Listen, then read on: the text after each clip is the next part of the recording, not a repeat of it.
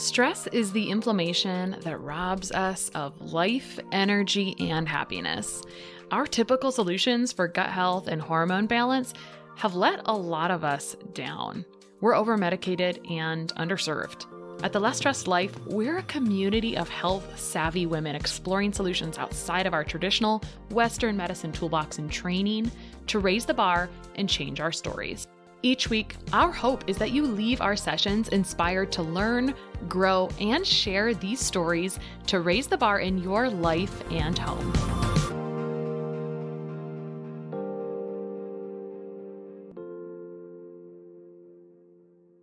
All right, today on The Less Stressed Life, I have Jenna DeKok, who is my co-pilot and other RD in private practice. And today we're flipping the script. She's going to interview me a little bit, or we're going to riff together on what kinds of labs we use in practice and why. This was actually her idea, which is great, and I love it. And so she's going to ask the questions. But Jen and I have worked together since we think about 2018 in some capacity. In that time, we've done a lot of different projects together, from testing recipes to writing a cookbook together to countless client handouts. Really anything behind the scenes. If you like some of the stuff that we put out in the world, Jenna's got her hands in it for sure. Now we see clients together, literally equally sharing our one-on-one consults with our clients, which I feel is in really good service to our clients because they're getting a little bit of the best of both of us. Jenna's really amazing at the details and being really thorough with lab evaluations. And I love that, but really I prefer to do like big picture recap stuff. And what I tell clients is really like this underlying, highlighting, and synthesizing approach to all the information we work through. So we just are able to do what we both currently enjoy, which I think is always always something that's evolving no matter what, which we're both really open to, which is also pretty cool about working together. So she had this idea that it would be cool for other people to know how we choose the labs that we run with clients. And I thought that was really good as well. And something we're also working toward here in our practice and in our business is just being more generous with the clinical pearls we've gained from working with clients for lots of years and just sharing what works and doesn't work. So consider this kind of our first foray into that. And it really supports the mission of this channel and this podcast of helping you heal yourself. So thank you so much for joining me today, Jenna. Can't wait to talk about this. Yeah, I'm very excited to dive into labs too, because I think it's cool to benefit both as a practitioner learning this info and then also client or potential client. Like, yeah, we actually run. What do we do behind the scenes? What labs are we looking into or are important? So with that being said, though, obviously it takes time to figure out what labs are actually worthwhile to run in practice. So maybe let's go back to the beginning of how you started and what labs were you initially for sure running with? When I first started in private practice, it's a bit of a long story, but I will just say that I started with food sensitivity testing. And one thing I want to say about labs in general is that you can spend a lot of money on labs for sure. And I used to joke that you could tell if clients were from California because in certain areas, there's areas where people spend many thousands of dollars in labs. And it's not necessarily a bad thing, but sometimes labs aren't all useful and sometimes they can be a little confusing and it's just a lot to do everything at once. I think that there can be layers. And so it's a matter of what kind of a first step and what's a second step and how much longevity can you get out of those labs and what kind of interventions and things can you do. What I really don't want to do is confuse someone or make them feel really overwhelmed. I want to be able to take them through a framework that makes sense that they can maybe reproduce, but also I want the labs to be obviously useful for them. Most of the time people land in functional medicine because they're not being validated somewhere else, right? They're not finding answers to something somewhere else. So there's a lot of layers to that. You can take the basic like $3 labs that a provider runs and you can find deeper information there. That's very possible. But one of the things we do is run labs that the doctor doesn't usually have access to. It's a more sensitive test. So to answer your question, you asked me where did things start? And I said, my practice really started with food sensitivity testing. But as time has gone on, for me, life and practice, they have a little bit of a game element to them. So I now say my goal is what can we do that gives us the biggest return on investment and makes the most sense to people and validates them the most? So overall, my values changed. When I was first starting to do food sensitivity testing stuff, and this was like 2016, it was great. it was magical for people. They felt so much different. And you can find all kinds of information about this online. People will go through a diet change and they feel incredible. But what was the long-term plan? The long-term plan was that a lot of people were having food reactions because of what was going on in their gut. And so the food sensitivity testing was great until it wasn't great anymore. And it's so funny, they say that God will just put things in front of you as you need them, or he won't give you something you cannot actually handle. And so probably when I was just getting started, it was like, here's what I could handle. I'm coming from a food background. This was fun to have all these different lenses on which, because there's a lot of details around foods and what is heavy in salicylates and what's this. There's a lot of details. But the long game is that are people really sensitive to these things? Are they sensitive to food chemicals, or what's the root cause underneath of that? So big picture here with food sensitivity stuff is there's a lot we could say. We have entire podcast episodes about this, about the types of sensitivities versus allergies. Is it really a long-term thing? No, not usually. Sometimes, but not always. But my values changed, and overall, I really didn't want people to be restrictive unnecessarily because it further screwed up their adrenals and thyroid stuff, which long-term wasn't really supportive. You may, or the listener may or may not know that my personal story, I made my health worse with an elimination diet because sometimes that messaging to the immune system, there's some things where you can just increase the overall sensitivity. But there are times where I occasionally use that testing because it can be useful.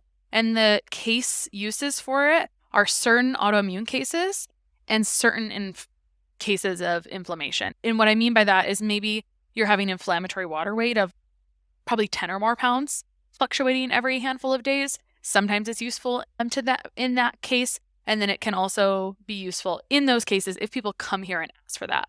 I have people who might benefit from it, but we don't do it because it's going to add more stress to their life. And that's actually the opposite of what our goal is. Our goal is not to add more stress and not to create something that feels like unsustainable. And so I really don't use it as much as I used to. And that's okay. That's okay. Keep talking about other tests I no longer use unless you have anything you want to cut in and say here. I just wanted to emphasize, with the food sensitivity testing, I love the analogy you always use of when it's beneficial. It's kind of like you, and correct me if I'm saying this wrong, if you had a broken leg, it's you sitting down almost on a chair, like getting that pain, inflammation to slowly subside while you work on actually addressing fixing your food. Oh yeah, that's one of my things. It's the broken ankle analogy. Like food is the reason. Yes. I'm going to further emphasize the analogy that I've used for years to try to make it make sense. It's like, I know that you feel better when you change this diet, and that is amazing. That's like when you break your ankle and you sit down, it's immediate inflammation reduction, but you still have to put a cast on it. You still have to heal it. You still need to correct let's call it an imbalance, a fracture. You need to correct the fracture that's there, right? Or you need to line that back up and bring things into balance. I love to because what we do, there's a lot of steps and details, which is why we do it one-on-one, because when you don't do it the way we do it, I was just explaining this to a friend the other day who was asking me questions about her child's eczema, and I was explaining to her how anytime I circumvent the way we practice, I'm not really in good service to people because everyone wants something to be simple, but actually there's a lot of ups and downs. So we want to help people through those ups and downs until they're done. So it's kind of like I can just throw a cast on, but if there's no follow-up to take it off, there's some pieces here. And you're totally right about the food thing. There's always more than one way to do everything. And we tend to have people come in. I think in general, there's also been a shift, I hope we're shifting in functional medicine. It's very generic to just automatically do an elimination diet, but I think people can eat a whole foods diet, right? I think they can eat, and that's what we emphasize in practice now is we have some details that we emphasize around food, but they're optional. They're around getting enough, digesting. A lot of food sensitivity stuff is actually an issue with digestion. Point blank, that's it. It's like there's an issue with digestion, a cascade of issues. And so we have to unravel that whole process that has ensued. I think that leads nicely into just asking what we currently use in practice, or when you actually transition to when you realize, okay, how am I actually putting that cast back on? Okay, let's do that. And then later, let's also circle back to some other tests that we don't use anymore. Really, it was a one thing at a time. I think another question clinicians sometimes ask me, or people that are getting into private practice or maybe are a little bit newer, is how did you decide what test to use? Like what you're asking. It's like I started somewhere and it worked for a while until it didn't work, and then I added something new. And then that worked great. And so essentially you just add something as you need it. I feel like you can't replace experience, and that's okay. You can cut it with mentorship, but I think experience is your best educator, whether you're a clinician or a client. It's the same. I tell our clients all the time, when you experience success, you're going to get it better. The end. I can explain it till I'm blue in the face, but as soon as it all clicks together for you, it's just going to make sense. And I can just tell when it happens. So after food sensitivity testing, I did bring in stool testing or gut testing. We still use that most of the time. And maybe I'll take this opportunity to talk about some of the things I did. So I use stool testing or gut testing. It's a poop sample. It's imperfect, 100% imperfect. It's a snapshot in time. So one thing that we must do is a good job with interpretation. So I always tell people we must look at symptoms and test results equally, if not symptoms even more importantly than test results. And some practitioners will tell you that they no longer use stool testing. Remember that people come to us or a practice like ours because they're not getting answers with their regular provider. Okay, so I want to give them answers. And the stool test I'm using looks at a lot of different markers. It looks at digestive function, how the enzymes are being produced. It looks at immune function in the gut. It looks at gluten sensitivity and just basic inflammatory markers in the gut. It looks at normal bacteria. It looks at weeds in the gut or dysbiotic bacteria. It can screen for some fungus, and I'll just mention that fungus doesn't always shed out in the stool, so it's imperfect. This is where every single person, we check their fungal symptoms, and we still address fungus if their fungal symptoms are talking loudly, even if it's a stool test, right? We don't just say, oh, it's not on your stool test, you don't have an imbalance. We check the other symptoms. I think that's a really good point, or it's like fungal symptoms would include white-coated tongue, itchy ears especially, itchy scalp, history of yeast infections or vaginal infections, athlete's foot, toenail fungus. Those are all like, duh, of course those are fungal symptoms. It could be sinus. All of those are symptoms. And so if you have fungus in your sinuses, do you think it's always going to show up in your poop? Not necessarily, right? So it doesn't always shed out in the GI. What else is on that test? Single-celled protozoas, parasites, multicellular protozoas, worms, which are you almost never see in testing. And on that note, another test we use that we didn't even talk about before we jumped in here is occasionally I'll even do a second stool test if someone 100% needs validation. Let me give you a couple examples of people we recently had. We've had people in very recently that we're working with other practitioners. And when you hear the story, this is where the story of tell me about the onset of the symptoms that we're experiencing that we need to correct. Sometimes that story leads us to think, how could you not have a parasite? This started on this experience, like you're camping in the mountains and that's an easy place to get stream water and pick up certain protozoans, to be honest. Or you were in this other country and it started literally when you got home. Not that you need to be in another country to pick up something like that. But maybe this person hadn't been validated, and unfortunately parasites don't show up on testing very beautifully.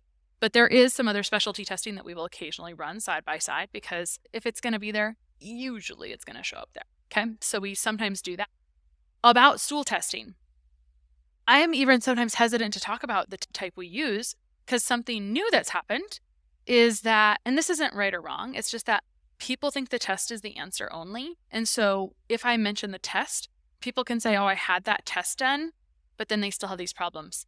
And so what happens then is I have to literally go through someone else's work and see what was missed or why something wouldn't have worked, because I don't ever want to have someone do something that's useful for them. And sometimes we have people, they've done a recent test and it's something I can use, and we don't do that test for them. We just use the results they had recently that their practitioner did not interpret very effectively, or they didn't interpret well or do a very good protocol. That unfortunately happens a lot. Not that we're trying to put out into the world, come to us. It's like, it takes me a long time to go through all that stuff, but it's okay. It's not a problem. It's unfortunately just kind of the landscape we're in right now. People talk about the tests that they use. People go order the tests that people say they like. They expect the test to do all the heavy lifting. Actually, the point, that's actually not how it works. The symptoms and the expertise, unfortunately, do the heavy lifting, in my opinion. And this just happened the other day for a client for us, too. We had this pediatric client, and the way the onset was of the case, I was like, it's totally going to be this. This is what I think it's going to be. the stool test came back with an inflammatory profile, which is something I made up based on experience. No one told me this is what this is, but it happened. So this pediatric client, very symptomatic GI-wise, very symptomatic, right? But it's been going on for long enough where inflammation is set in at this point. And this happens for adults that have been going, like where stuff has been going on a long time.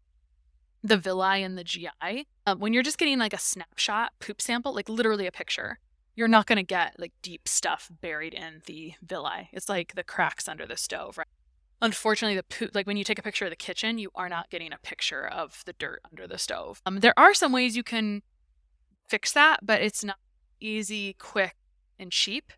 If I was going to try to correct this, I would use proteolytic enzymes, or there's actually a few things you could do here. You could potentially change diet and maybe get this to look better also, but that may not be accessible. And to be honest, people are usually overwhelmed when they come in the door, so we just have them usually do the poop sample, and then we just use clinical experience to correct. And so what happened with this test was it came back with this inflammatory picture, which to me is just low good bacteria, which makes all the other bad stuff look also really low. It's falsely low. Like it's usually a lie, because if you're very symptomatic, there's usually something going on. So we tend to treat by symptoms instead. Okay, so I'm talking about this GI test we use. We sometimes add on an extra parasite test. I have tried other GI tests as well, and that's okay. I'm always like on the lookout, is there something better? Because the one I use isn't perfect, but I just don't feel that there can be a perfect GI test when it's a snapshot. It's just not perfect. Maybe a 3-day stool test maybe would be better. Maybe that's something, and we sometimes turn our test into a 3-day test, not too often, but every once in a while I make that recommendation to people. But there's I won't name all these companies, but there's another company, because people, like the companies change. But there's a company out there, I will not name it, but they make a clinical GI test. I think it can be a very good GI test, but when you get the client results, next to all the bacteria, it says, this is validated, and let me just throw out an idea here. It's like, this bacteria is indicated in colon cancer. And I'm like, this is not helpful for a client to see this, because this does not mean they have colon cancer. And it's actually just horrifying. And if we do things that induce stress to people's lives, we're not serving them ever. The end. Like, the more you increase stress for someone, whether it's intended or not, it's actually never helping.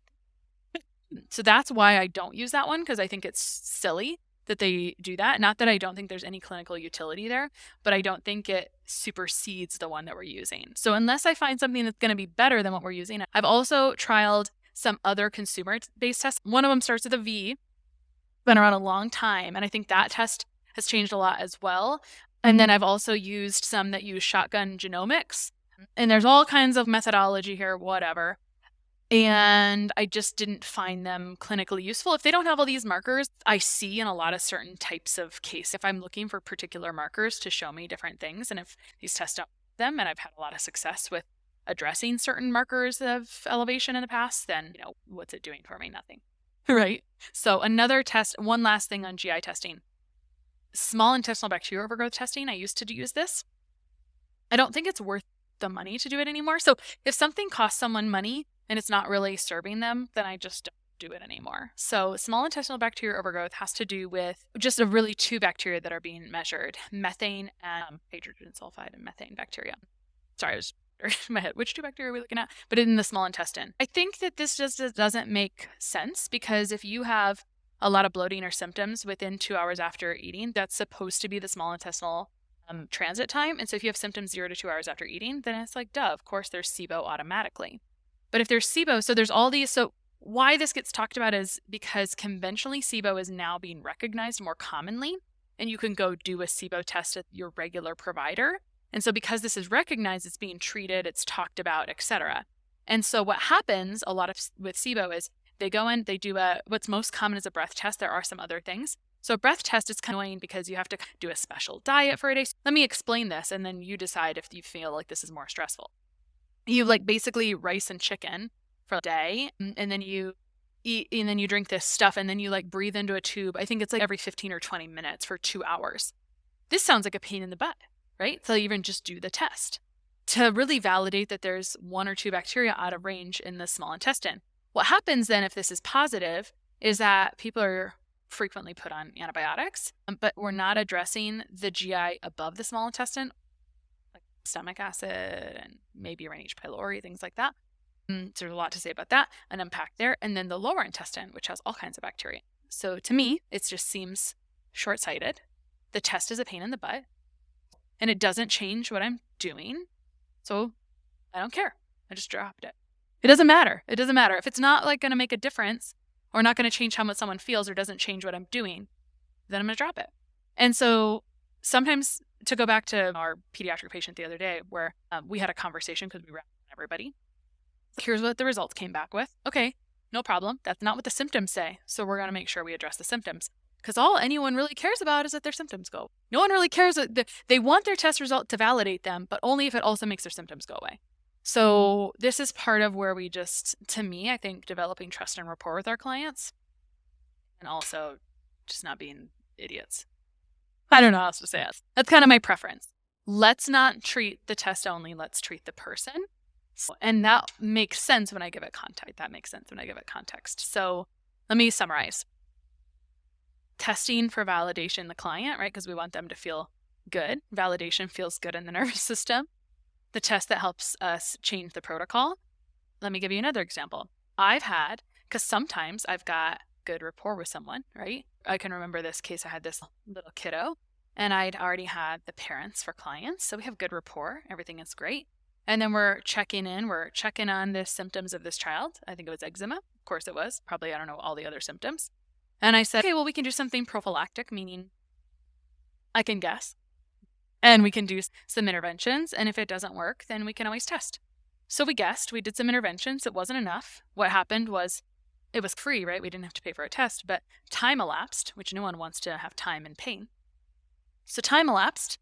We just thought, well, that wasn't effective. So we're going to test and figure out what's going on in there. We get the test back and there's some really serious stuff in there that takes some really specific treatment or intervention or protocol. Okay. It takes very specific intervention or protocol because certain things only respond to certain things.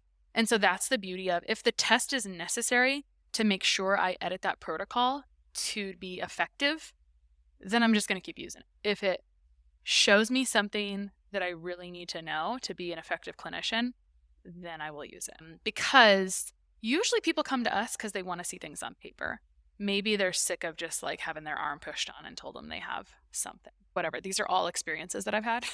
These are my client experiences also. So validation and change the protocol. And then also, how can we minimize our testing for best ROI? So why would I add SIBO testing if it doesn't do anything? And then also, what doesn't add more confusion, like, to the whole pot? And so I'm going to give an example. We use hormone testing. We occasionally use serum hormone testing, but we also use dried urine testing for comprehensive hormones, or the Dutch test. It's just my personal belief for the clients we typically work with that I don't think it's a first step for them, because, and this is just, again, you could do a before and after. It would be fine. But again, I'm looking for like lowest testing input for maximum ROI. It's just my game in my head. And hormones are impacted by gut health, toxic burden, blood sugar, stress, and micronutrients. And we're influencing all of those things when we work with clients. Every single one of them. And the Dutch test has a lot of amazing information. But if we do that alongside of a GI test, it actually would feel really pretty overwhelming and confusing. I know, because I've done this. Everything we do here is based out of experience. And I just don't think that worked very well. I don't think that was in best. We really have a couple lenses, right? Was that in good service to someone? Actually, it wasn't. It sounded like it was, right? It's like sound around all these tests, but it's actually a lot. And you can't do everything at once. Even when people get a Dutch test back, I'm really actually pretty careful when I have people do them, because it's not like you can just poop in a box and send it off. That's actually easy. When people do a dried urine test for comprehensive hormones, there's a few varieties here. If they're not having a period normally, the road to even testing is maybe 2 months, probably. It's very likely, because you have to see if you're ovulating, even if you're not having a menstrual cycle, and you can ovulate out of one side or the other. So you can check for ovulation for up to 2 months before you do the test, or you need to work around your period. So it's just not very quick turnaround. It's like a nice idea, but not very quick turnaround time. And the test is really essential if you need to know estrogen metabolism, but if you just need to know if your progesterone is low, then probably just go get a serum level. That's, in my opinion. Would you agree? And I just agree with the whole idea, like with the Dutch, yes, I love it in theory. Like everyone Yeah. tests their hormones, who doesn't? But in terms of the actual practical information you gain from it, more than likely we can already gauge that just based on symptoms. So just would love to save you money. Obviously that time. Yeah, it all sounds nice, but just in the how do we actually get the results and get you what you want? Let me start by asking you why you want to do the test in the first place. That's always my first step before I even do one of those. Because if I understand that you have XYZ symptom, okay, that's a symptom of this. This is really great if you want to see if you have estrogen metabolism issues and I just like to make sure I say this all the time because I think it's really essential. If you have a family history of breast cancer, ovarian cancer, cervical cancer, those are all symptoms of excess estrogen or estrogen metabolism, or they're cancers of estrogen metabolism issues very commonly. And the Dutch test was, up until recently, I think the only estrogen metabolism test. I think there may be some other things entering the market that we have not had a chance to fully test and check. And those are consumer-based tests. We just had a client do one, and I can't even remember the name of it. And it doesn't matter. But we're always going to be on the lookout. We'll kind of like test things out and see if it's going to be useful. Thinking of overwhelm, and again, Dutch testing can be great, but there's a lot of potential information to gain from it. So it's just a matter of, is it the right next step, which would really help you, or is it going to send you off on 10 other rabbit holes and actually make you feel like you're more scattered? And that's a common problem. Like, I don't want you to feel more scattered when you're done here, to be of course not. I just want to throw in one more comment. We used to do genetic testing, and Jenna did the reports on. They used to make my eyes. Yeah. They used to make me want to pull my eyes out of my head because they're like, it's like computer coding. That's what it reminded me. And I think that it can be helpful. I remember doing my own genetic test results, and I remember feeling very validated because it was after my big eczema flare of whatever year, 2015, 2016, whatever that was. And I had mostly corrected that. But I did genetic testing, and it essentially said, yeah, your liver sucks, like genetically. And that was really validating at the time. And now, even though it's nice to know that, if I just would look at my family history, well, of course that it does. Look at all the stuff like my parents and my aunts and uncles all have. If you have a bunch of cancer in your family, maybe your drainage and detox sucks. I know I am not genetically blessed. End of story. And so does the genetic test actually do a ton? A lot of times it can be a little bit brain numbing, I feel. And I would usually try to make sure there was like a top 3 to 5 takeaways. But by the time we were at the end of working together, because we would usually do it very last thing if we were going to add it on, it didn't really change anything, to be honest. It was kind of, I already knew these things about, because if you're listening to your symptoms and how your body behaves around things, you can learn so damn much already. And so for us personally, I wanted to pull my eyes out doing genetic testing review, and I didn't really feel like it was, like, we don't even offer it. And people don't ask about it very much anymore either. There are some genetic markers we can get when we do like a Dutch test, and that could be useful. But there's always a lot more under the hood on every single test, in my opinion. Yeah. So stool testing. All right. What else? So all that to say, we often use stool testing most of the time. Every once in a while, we don't. So carry on with your question. So then I guess, so we're looking at the stool. What else have you found beneficial to look into, or what other tests are actually really insightful in terms of what's going on with the client, why they might actually be having just sluggish energy? This can even give us insight into digestive status as well, thyroid status. Yes, I know what you're leaning into is to talk about hair tissue mineral analysis. And that's exactly what I'm going to talk about. And before I do, I'm just take a quick detour to mention that we sometimes do mycotoxin or mold testing in clients, but it's for validation. And sometimes if people already know they had an exposure, a past house, then I don't think it's worth their money, because the validation on the stool test costs money. So it's not like super cheap to validate. So validation is good if you're not all on the same page, and you're like, if husband and wife aren't all on the same page, or people need to see the validation to know what they are doing. Sometimes the symptoms are just so crazy that it's like, of course this is the problem, and they had a known exposure. So it's just not even worth spending the money to test in the body. It's not like a good use of the resources, but sometimes it is. So I usually do mycotoxin or mold testing if we need validation and to see the severity. And we've done it at all junctures. And so you just always have to change how you read the results based on junctures. I've had people do the mold testing after they've done protocols, and the results are going to look a little bit different. So I have lots of feelings about that. We have 2 or 3 podcasts about that. So I'll just mention, yes, we pull things in if we feel like we need them or they're going to be of service to a client, if they're going to help them and change what we do. But if we can figure something out from symptoms and history, and the client and I trust each other, right? Or we all trust each other, good rapport, and we can save them $500, then we do that. So back to your point, which is like, what kind of testing can we do that tells us a lot? So let me lead into this. I forgot about this test. I used to do a lot of comprehensive micronutrient testing, and it was awesome. And insurance partially covered it. So it was a no-brainer. It was like $180 after insurance covered it. And then the test was good. The lab administration was bad. I love behind the scenes stuff, by the way. Like, just love knowing like what's going on at that company where everything is like falling apart. So we used to do a lot of comprehensive micronutrient testing, and it gave people good results. And I remember I had this client who was a physician's assistant, and I remember I just remember her singing so many praises. She was like, I just loved this test. I just explicitly remember her loving it because she got more results from that than doing some of the other things. If you fix people's nutrient deficiencies, I very firmly believe that there's just a zillion symptoms that people are out like literally medicating for that are just nutrient deficiencies. I feel this like deeply. Nutrient deficiencies are not always a root cause. They're usually the second step in what we do. That could be a whole podcast on its own. To that end, we usually bring in nutrient repletion second, typically. Unless people we can tell they're just like have no resources, and we start right away. Because if you have no resources, nothing works. Meaning if there's no nutrient workers there.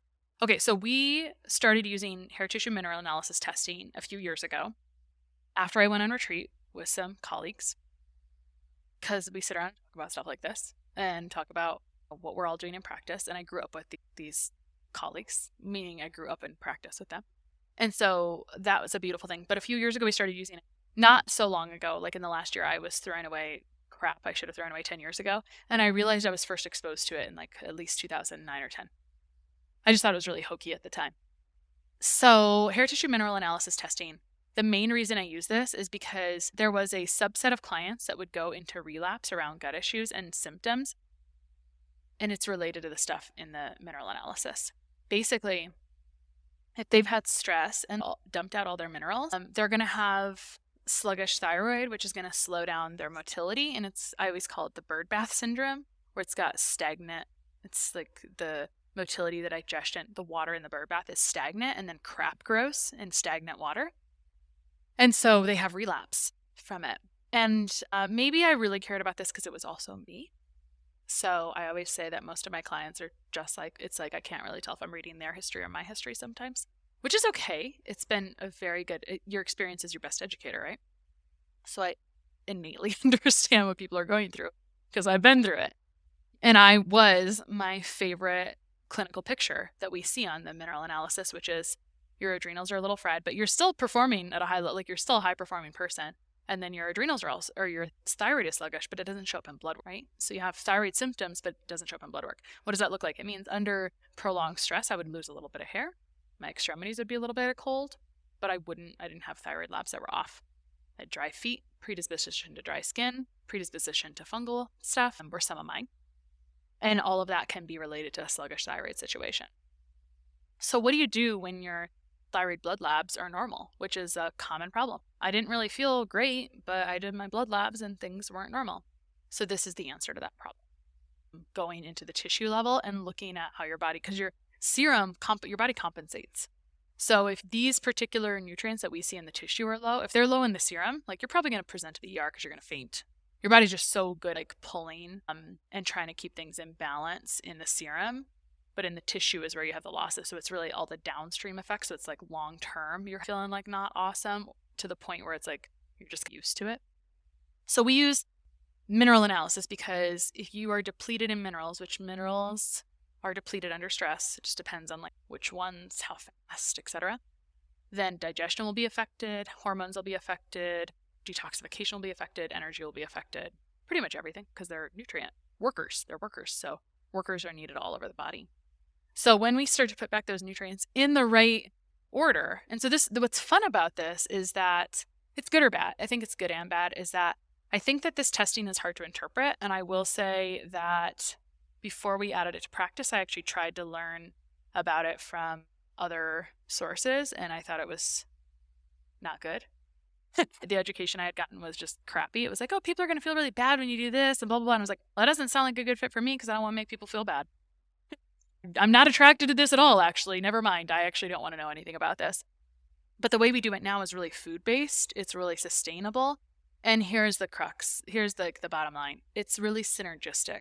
And when you're doing the other micronutrient testing I used to do, the one that was used to be covered by insurance, it definitely no longer is. When you would do that, people would feel better, but it wasn't in a synergistic way. And something that I would fall over is when people would say, oh, I'm still on all the stuff you put me on 8 months ago. And I was like, oh my gosh, why? Oh, and so when you go on certain things for a long time, they create every nutrient has an antagonistic and synergistic relationship. Most of them do. And so if you're on certain things for so long, they can create other depletions. For example, what is most horrifying when people come in the door if they've been on it forever? Vitamin D forever, iron forever. These have all kinds of implications. So there's a lot of cool levels. There's a lot of stuff for us to dig into on minerals. And the way we practice, we can pull back those layers each appointment, get a little deeper each time. The first appointment, when you go through the minerals, it's like, let me get the base, like the most important things done first. And as you start these things, you're going to start to feel better typically. And then we can get a little deeper and start to feel better. Get a little deeper and feel better. I feel pretty happy about the situation. I'm not sure how you feel. I can't remember as you and I were talking before offline, it was like, it's kind of blur since you've worked here. You've seen everything behind the scenes forever. Why do we do HTMA? Because I want sustainable, synergistic results. I want people to feel good forever, right? I don't want them relapsing. That's horrifying to me as an achiever. I do not like people relapsing. So this allows them to understand, to be validated, right, in those symptoms. And this is also where I've really started to shy away from even a lot of blood labs. We do run blood labs for our clients. They're optional. We let them choose their blood labs. We educate about a handful that aren't really common ones that their provider would usually draw. So we're trying not to kind of redundant. We educate them on what you could get from these values, because we're humans, and so we're trained to think, oh yeah, blood lab, that's normal, right? And so allow them to choose if they want to run blood labs. We run blood labs. We use them if they're going to be useful, right? But in transparency, we spent a lot of time creating a spreadsheet with all these normal blood values and all these things. And I just feel like you don't fit in a box all the time around blood. So I have mixed feelings about it. They can be useful, but the more we run thyroid blood labs, the more kind of I'm just less and less interested in the labs as compared to the minerals. And that's just where And I think with blood work, everyone's like, oh, just tell me am I high or low? But it's more, or what we're looking for kind of behind the scenes again are possibly patterns going on that actually indicate, I'm just going to use cholesterol, for example. Yeah, your cholesterol may be high, but that's actually giving us information regarding a whole different area of your health you might not How's even your liver be working? aware of. So it's cool with blood work to see patterns. But yeah, it's not as direct, again. And this is why we do the things the way we do it. It's I don't really care if you just want to get your blood labs and be told it's normal or not normal, because then go to your provider. They're already doing that for you. And then do some, if that's the kind of service that you want. For us, and then I think you just have to know yourself. I'm not fulfilled by that. And so I'm fulfilled by pulling it all together for my client to understand things. And so when I meet someone, if you don't really want to understand this, you probably should work with someone else. Okay, I want you to understand this stuff for your own benefit, because once you understand things, and not you're going to understand everything right away, that's not realistic, but I want you to understand things so you can do things on your own. You're not just reliant on someone else, because that's what we're called to, especially after these last few years of healthcare chaos, I'll just say, is we're called to optimizing our health on our own and being in charge, taking responsibility for our health on our own to some extent. Not that it should feel heavy or whatever. It's how do you make it fun at the same time? I think that's all valuable. And it's fun. I love when people say, oh, I want to have fun doing this. Anytime someone says, I think this could be fun, I was like, I love you, unicorn. This is the best. I would love for you to feel that this is fun, and it doesn't have to suck. It's just a fun process or experience to go through. It's because we're taking people through a little bit of a few meshed together frameworks, right? The integrative process from Jeff Bland or Marley Robbins. It's no, it's not carbon copied whatsoever. But it's we've learned from these other processes and we've combined them to something that's synergistic, sustainable, gives good ROI, etc. And that's really the bottom line, is like, how do people want to feel? How are we going to accomplish that? How are we going to keep it that way? That's like pretty much that's how you come up with the labs that you run. It's like, what I do isn't what everyone else should do, but it works really well for us based on what I want. I have a friend who sees her clients for years and years, the same ones. And that is awesome. I miss my clients when they're gone often because I love them. I have some really cool clients. And I've gotten better about developing or cultivating longer term relationships, probably more so even just this last year to 18 months, getting much better at that outside of working together. But that doesn't mean I want them to rely on me for the rest of their lives.